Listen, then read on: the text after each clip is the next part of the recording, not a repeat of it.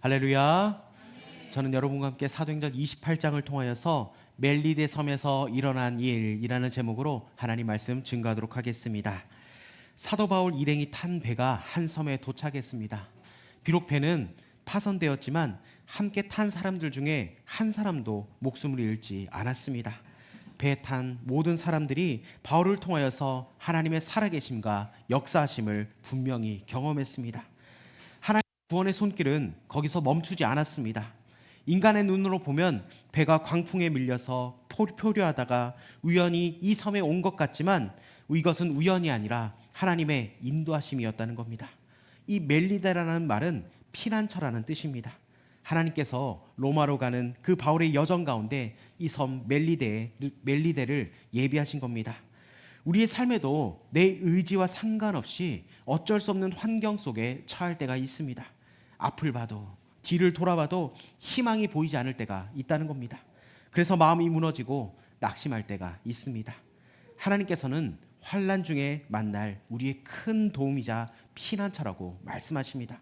여러분, 힘이 들고 어려울 때, 문제와 고난이 닥쳐올 때 하나님께 피할 수 있는 저아름 되길 원합니다. 하나님은 그 가운데서도 일하고 계십니다. 우리를 지켜주시고 인도하고 계신다는 겁니다.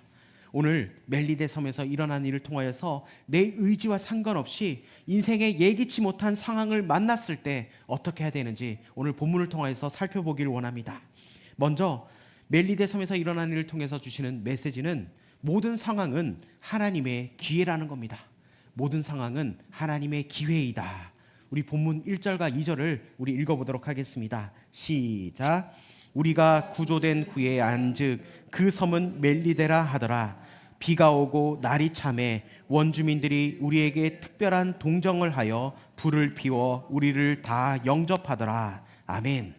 이 바울 일행은 풍랑으로 인해서 멜리데 섬에 도착했습니다. 이 멜리데 섬은 시실리에서 남쪽으로 약 100km 떨어진 작은 섬입니다. 오늘날로 몰타 섬이라는 겁니다. 이 몰타 섬은 오늘날 유럽인들의 휴양지로 유명한 곳입니다. 그들은 그곳에 가고 싶어서 간 것이 아니라 풍랑 때문에 어쩔 수 없이 가게 된 것입니다. 그런데 어쩔 수 없이 하게 된 일에도 하나님의 뜻이 있다는 겁니다. 풍랑을 만나서 그들은 어쩔 수 없이 그들은 그 섬에 도착했지만 그것이 멜리데 섬에 살고 있는 사람들에게는 구원의 기쁜 소식을 받을 수 있는 기회가 되었던 것입니다. 여러분, 우리가 원치 않은 일을 하게 되었을 때, 또 원치 않는 길을 가게 되었을 때, 또 원치 않는 삶을 살아야 할 때 그것은 하나님의 기회라는 겁니다. 내가 생각하는 기회가 아니라 하나님이 만들어주신 기회라는 겁니다. 여러분, 우리가 인생을 살아갈 때 여러분, 우리의 선택과 의지로만 되지 않는 일들이 너무나도 많습니다. 내가 원하는 일을 다 하고 살 수가 없습니다. 내가 꿈에 바라던 그 직장을 다 갖지 못한다는 겁니다. 내가 살고 싶은 데서 다 살지 못합니다. 그럼에도 불구하고 사람들은 끊임없이 자신의 선택과 의지가 자신의 인생을 만든다고 그렇게 착각을 합니다. 그러나 우리의 인생을 돌이켜보면 우리는 원치 않은 길을 갈 때가 있고 원치 않은 삶을 살 때도 있다는 겁니다. 멜리데 섬에 도착한 사도 바울과 그 일행은 본의 아니게 원주민들의 도움을 받게 되었습니다. 비가 오고 날이 차서 그들은 거친 풍랑을 피해 오늘날 모든 옷이 흠뻑 젖어 있었습니다. 그리고 추위에 벌벌 떨었습니다. 그런데 하나님께서 그 섬에 살고 있던 이 원주민들의 마음을 움직여서 그들에게 동정을 베풀게 했다는 겁니다. 원주민들은 불을 피워서 그들을 맞이했습니다. 바울의 일행은 그 원주민들에게 따뜻한 영접, 환대를 받았다는 겁니다. 바울은 이 원주민들의 호의를 그냥 지켜만 보고 있지 않았고 장작으로 쓸 나무를 한 묶음 모아다가 불을 지폈습니다.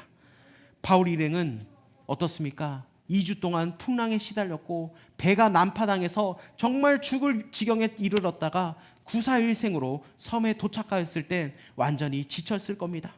바울 역시도 예외가 아니었을 겁니다. 그럼에도 바울은 장작을 모아서 사람들이 불에 쬐고 몸을 녹일 수 있도록 한 것입니다. 우리 본문 3절과 4절 한번 읽어보도록 하겠습니다. 시작. 바울이 나무 한 묶음을 거두어 불에 넣으니 뜨거움으로 말미암아 독사가 나와 그 손을 물고 있는지라. 원주민들이 이 짐승이 그 손에 매달려 있음을 보고 서로 말하되 진실로 이 사람은 살인한 자로다. 바다에서는 구조를 받았으나 공의가 그를 살지 못하게 함이로다 하더니. 아멘. 바울이 불 속에 장작을 던져놓자 그 화력이 세지자 그 속에 들어있던 독사가 튀어나와서 바울의 손을 물었습니다. 이를 본 원주민들은 이 사람은 분명히 살인자임에 틀림이 없구나. 폭풍우가 몰아치는 바다에서는 살아남았지만 결국 공의와 심판을 받아 죽게 되었구나, 이렇게 생각을 했습니다. 그리고 독사에 물린 사람은 살 수 없다는 것은 그들은 잘 알고 있었습니다. 그런데 웬일입니까? 5절에 바울이 그 짐승을 불에 떨어버림에 조금도 상함이 없더라, 이렇게 말씀합니다. 바울은 자신의 손을 물고 있는 그 독사를 불에 털어버렸습니다. 여러분, 보통 독사에 물리면 독이 심하게 든 독사는 30초 내에 온몸에 독이 퍼져서 즉사합니다. 그런데 바울은 조금의 상처도 입지 않았다는 겁니다. 우리 6절 말씀 한번 읽어봅시다. 시작. 그들은 그가 붙든지 혹은 갑자기 쓰러져 죽을 줄로 기다렸다가 오래 기다려도 그에게 아무 이상이 없음을 보고 돌이켜 생각하여 말하되 그를 신이라 하더라. 아멘. 사람들은 바울이 온몸에 독이 퍼져 죽을 것이라고 생각하며 기다렸습니다. 그러나 아무런 일도 일어나지 않았습니다. 한참 기다려도 아무런 일이 일어나지 않자 그 사람들은 생각을 바꾸기 시작했습니다. 그는 살인자가 아니라 신이라고 생각하게 된 것입니다. 여러분, 하나님께서는 최악의 상황을 최상의 상황으로 바꾸신다는 겁니다. 똑같은 일이지만 하나님이 함께 하시면 최악의 조건이 변화해서 최선의 상황이 된다는 겁니다. 원주민들은 살인자라고 생각했던 바울을 순식간에 하늘에서 보낸 신이라고 생각을 하게 되었습니다. 사람들은 상황만 보고 바울을 죄인으로 단정했습니다. 그러나 바울은 흔들리지 않고 침착하게 대응했고 결과적으로 하나님의 영광이 드러났다는 겁니다. 여러분, 우리의 삶에도 내 의지와 상관없이 억울한 일을 당할 때, 어려움을 당하는 그 상황에서도 우리의 태도와 믿음을 하나님 앞에 드릴 수 있길 원합니다. 나에게 처한 모든 상황이 하나님의 기회임을 믿고 낯설고 불편한 자리에서도 주님이 예비하신 그 뜻을 바라보게 하시며, 억울한 상황에서도 주님을 바라보며 모든 형편과 처지 속에서도 주님의 능력과 복음이 나타나길 주의 이름으로 축복합니다. 두 번째, 멜리데 섬에서 일어난 일을 통해 주시는 메시지는 하나님의 기적은 지금도 일어난다는 겁니다. 하나님의 기적은 지금도 일어난다. 우리 본문 7절에서 9절까지 우리 다시 한번 더 읽어보도록 하겠습니다. 시작. 이 섬에서 가장 높은 사람 보블리오라 하는 이가 그 근처에 토지가 있는지라. 그가 우리를 영접하여 사흘이나 친절히 머물게 하더니 보블리오의 부친이 열병과 이질에 걸려 누워 있거늘 바울이 들어가서 기도하고 그에게 안수하여 낫게 하매, 이러므로 섬 가운데 다른 병든 사람들이 와서 고침을 받고. 아멘. 이 멜리데 섬에서 가장 높은 보블리오가 바울 일행을 초청했습니다. 이 바울 일행은 보블리오의 집에서 사흘간 머물면서 극진한 대접을 받았습니다. 이 보블리오는 그 섬의 추장, 지도자였던 겁니다. 이 보블리오가 바울 일행에게 호의를 베푼 이유는 열병과 이질에 걸려 고통당하는 그의 아버지가 있었기 때문입니다. 여기서 열병은 지중해 해역에 널리 퍼져 있는 말라리아를 의미합니다. 이 말라리아에 걸리면 고통이 주기적으로 찾아오는데 보통 넉 달 이상 지속되고 긴 경우에는 2년, 3년간 지속된다고 합니다. 이것이 심하게 되면 목숨을 잃기도 합니다. 그리고 이질은 기생충이 장에 염증을 일으켜서 생기는 설사병입니다. 바울이 이 보블리오의 병든 아버지를 위해서 기도하고 안수해주자 그의 병이 깨끗이 나았습니다. 하나님께서는 풍랑 속에서 바울과 그의 일행을 지켜주셨고, 바울이 독사에 물렸을 때에도 해를 당하지 않게 보호하셨고, 이제 바울이 기도하자 그를 통해서 놀라운 치유의 역사를 이루어 주셨다는 겁니다. 마가복음 16장 17절과 18절은 말씀합니다. 믿는 자들에게는 이런 표적이 따르리니 곧 그들이 내 이름으로 귀신을 쫓아내며 새 방언을 말하며 뱀을 집어올리며 무슨 독을 마실지라도 해를 받지 아니하며 병든 사람에게 손을 얹은즉 나으리라 하시더라. 아멘.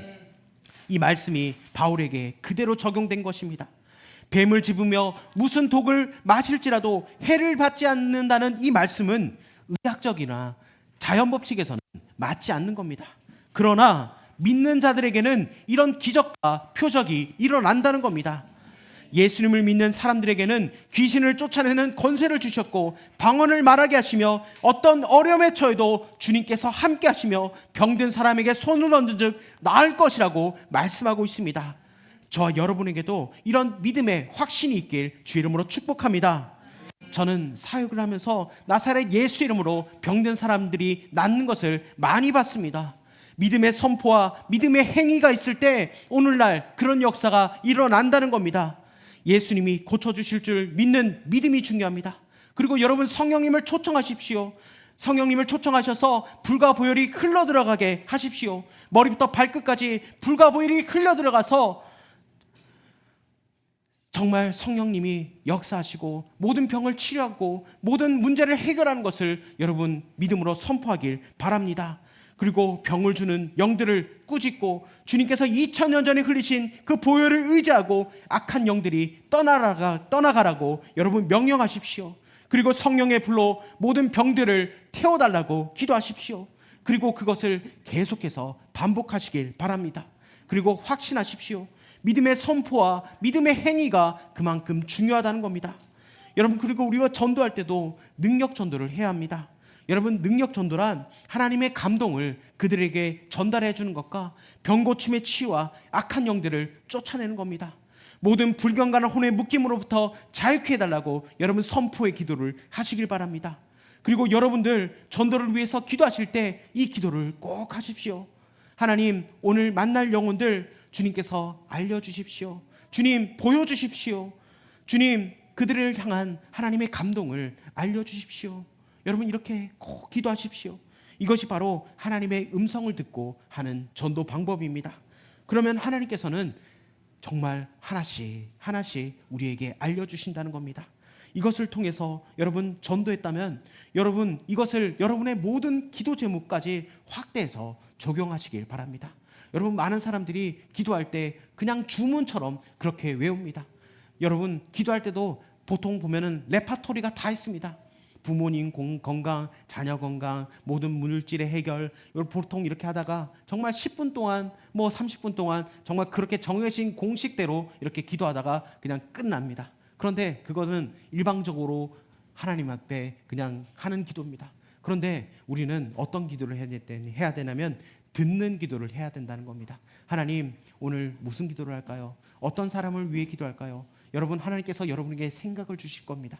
1, 2초 동안, 잠시 동안 하나님께서 주시는 그 마음을 가지고 하나님, 만약에 누군가 생각났다면 하나님, 그 영혼을 위해 무엇을 기도해야 될까요? 이렇게 하나님께 묻는 기도를 하십시오.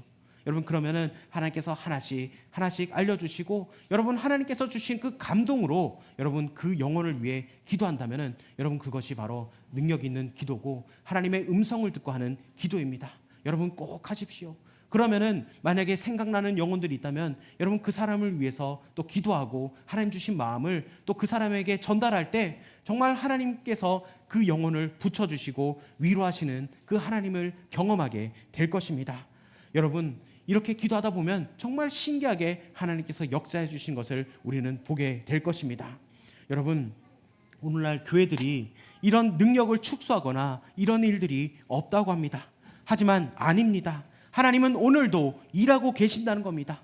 여러분, 혈류병에 걸린 여인이 예수님의 그 옷자락을 만졌을 때 그 병이 나음을 입은 것처럼 오늘도 주님께서는 우리의 문제와 우리의 병을 치유하고 계신다는 겁니다. 여러분, 사복음서를 보십시오. 우리 주님의 일하심을 우리가 보고 있지 않습니까? 여러분, 오늘날도 하나님의 기적은 일어납니다. 여러분, 기적은 사람을 높이기 위함이 아니라 하나님의 이름을 드러내는 것입니다. 사람들은 바울을 신이라고 했지만 바울은 그 관심을 자신에게 두지 않고 하나님의 영광으로, 하나님의 사역으로 돌렸다는 겁니다. 여러분, 하나님의 일하심을 드러날 때 모든 영광을 주님께 올려드릴 수 있는 저와 여러분 되길 원합니다. 여러분, 부흥하는 교회는 살아있는 교회입니다. 우리 활력교회가 그런 기적이 일상이 되는 교회 되길 주의 이름으로 축복합니다. 나사렛 예수 그리스도의 이름으로 모든 질병이 치유받고 문제에서 승리하는 저와 여러분 되길 주의 이름으로 축복합니다. 마지막으로 멜리데 섬에서 일어난 일을 통해서 주시는 메시지는 하나님의 은혜는 후하게 역사한다는 겁니다. 하나님의 은혜는 후하게 역사한다. 우리 10절 말씀 한번 읽어보도록 하겠습니다. 시작. 후한 예로 우리를 대접하고 떠날 때에 우리 쓸 것을 배에 실었더라. 아멘. 이 멜리데 섬에서 바울은 예상치 못한 환대를 받았습니다. 특별히 이 섬에서 가장 높은 추장인 이 보블리오가 감동을 받았습니다. 바울이 보블리오의 아버지의 병을 고쳤다는 소문이 순식간에 섬 전체에 퍼졌습니다. 그러자 섬에 있던 다른 병자들이 바울에게 몰려왔고 그들 모두 치료를 받게 되었습니다. 이 독사 사건과 치유의 기적을 통해서 섬 사람들은 이 바울과 일행을 극진히 대접했고 그들이 떠날 때 필요한 것들을 넉넉히 준비해 주었다는 겁니다.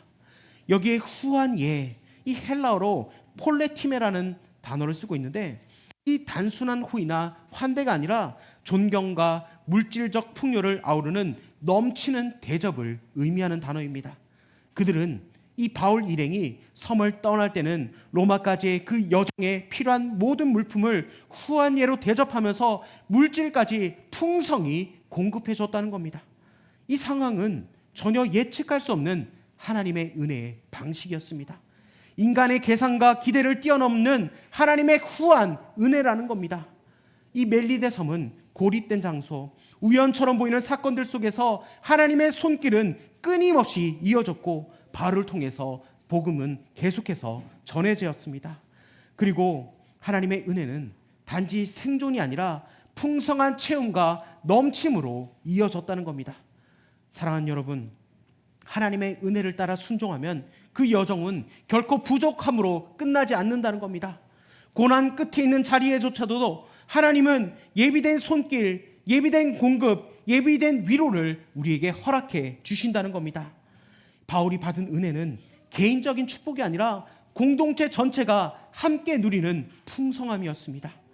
하나님의 은혜를 입은 이 바울 한 사람으로 말미암아 그와 함께한 모든 사람이 하나님의 보호하심과 하나님의 돌보심을 받았다는 겁니다. 많은 사람들이 하나님의 돌보심과 그 보호하심으로 말미암아 여러분들에게 사람들이 몰려오길 축복합니다. 그리고 여러분은 그 축복을 나눠줄 수 있는 소중한 사람 되길 원합니다. 그리고 오늘 본문을 통해서 살펴봐야 될 것은 영적인 은혜와 물질은 상관관계가 있다는 겁니다. 모든 사람들이 와서 병고침을 받았습니다. 이제 그들은 후하게 대접했다고 오늘 말씀하고 있습니다. 물질로 대접할 뿐만 아니라 배 타고 갈 때마다 그 배에다가 뭘 잔뜩 실어줬다고 말씀합니다. 그런데 이 일을 하면서 사람들이 인상 쓰고 했겠습니까? 모두들 좋아서 신이 났을 겁니다. 뭐 하나라도 바울 일행들에게 챙겨주려고 바리바리 싸들고 와서 챙겨줬다는 겁니다. 마치 시골집에 갔을 때 부모님들이나 어르신들이 한 보따리 싸서 뭐 하나 부족함이 없을까 우리에게 주는 그 마음이었다는 겁니다. 여러분, 우리도 이런 후한 은혜가 있길 원합니다. 여러분, 우리가 하나님께 헌금을 할 때도 받은 은혜가 너무 많아서 기쁘게 할 수 있는 저와 여러분 되기를 원합니다. 여러분, 은혜 받으면 물질은 넘치게 되어 있습니다. 은혜가 없는 물질은 일만하게 뿌릴 뿐입니다. 물질 자체만 주어졌을 때는 우리가 시험에 들지만 그 물질이 하나님의 은혜와 연결되어 있을 때는 축복과 기쁨이 된다는 겁니다. 은혜와 더불어 물질이 풍성하게 되는 저와 여러분 되기를 원합니다. 내가 받은 은혜가 너무나 커서 자원하는 마음으로 후하게 나눌 수 있길 주의 이름으로 축복합니다. 여러분, 세리장 삭개오를 보십시오. 삭개오는 자기 재산의 반을 가난한 사람에게 나눠주겠고 불의하게 재물을 모은 그 토색한 사람들에게 4배나 갚겠다고 그렇게 공언을 했습니다. 여러분, 그것을 예수님이 시켰습니까? 아닙니다. 예수님을 만난 그 기쁨이 크다 보니까 하나님의 은혜가 지극히 커서 그렇게 변화되었던 겁니다. 예수님을 만난 그가 변화되었습니다. 은혜 받은 사람은 주게 되어 있습니다. 은혜는 나만 위한 것이 아니라 이웃과 함께 나눌 때 풍성하게 된다는 겁니다. 저와 여러분은 누군가에게 후한 은혜 사람이 되길 원합니다. 우리의 말 한마디, 우리의 작은 친절, 물질적 나눔, 시간의 투자조차도 누군가에게 하나님의 은혜를 전달할 수 있는 저와 여러분 되길 원합니다. 섬김과 나눔이 하나님의 은혜를 흘려보내는 길입니다. 후한 대접을 받은 바울처럼 우리도 받은 은혜를 풍성히 나눌 수 있는 저와 여러분 되길 원합니다. 바울에게 예비된 이 멜리데 섬의 후한 대접처럼 우리의 삶에도 은혜의 손길을 준비하신 주님을 높여드리며 주님의 은혜를 기대하며 믿음으로 살아내는, 그리고 받은 은혜를 후하게 내는 축복의 통로로 쓰임받는 저와 여러분 되길 축복합니다. 말씀을 마무리합니다. 바울은 자신이 생각지도 못한 곳, 이 멜리데 섬에 갔습니다. 그곳에서 하나님의 인도하심을 경험합니다. 나에게 처한 모든 상황이 하나님의 기회임을 확신하고, 예기치 못한 상황에서도 주님이 예비하신 뜻을 바라보며 억울한 순간에도 우리가 주님을 바라보길 원합니다. 오늘날도 하나님은 기적을 일으키십니다. 우리의 문제를 해결하시고 우리의 병을 고쳐주십니다. 기적은 사람을 높이기 위한 것이 아니라 하나님의 이름이 드러난다는 것을 꼭 기억하십시오. 그리고 은혜 받은 사람은 주게 되어 있습니다. 하나님의 은혜의 방식은 인간의 그 계산과 기대를 뛰어넘어서 하나님의 은혜의 후한 은혜의 표상이라는 겁니다. 우리의 말 한마디, 우리의 작은 친절, 우리의 시간 투자도 하나님의 은혜가 전달되어서 하나님께 영광 올려드릴 수 있는 믿음의 자녀 되길 주의 이름으로 축복합니다. 우리 시간 그 마음을 가지고 우리가 이 찬양으로 주님 앞에 나아가길 원합니다.